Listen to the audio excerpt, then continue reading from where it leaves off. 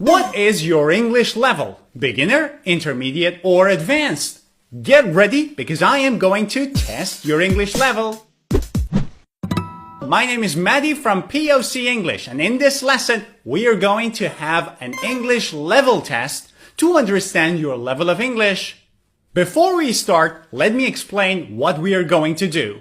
There are 30 questions divided in 3 different levels: beginner, intermediate, and advanced.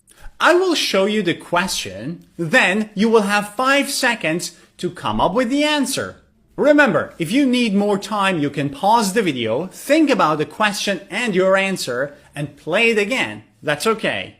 Don't forget to keep count of the number of correct answers you have, because we are going to need it. In addition, I will explain the grammar and vocabulary behind each question so that you know why your answer was wrong, if it was wrong.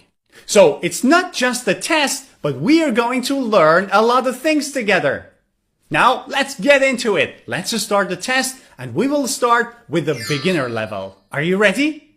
The first 10 questions are for the beginner level. The first 5 questions are for A1 level. Let's start.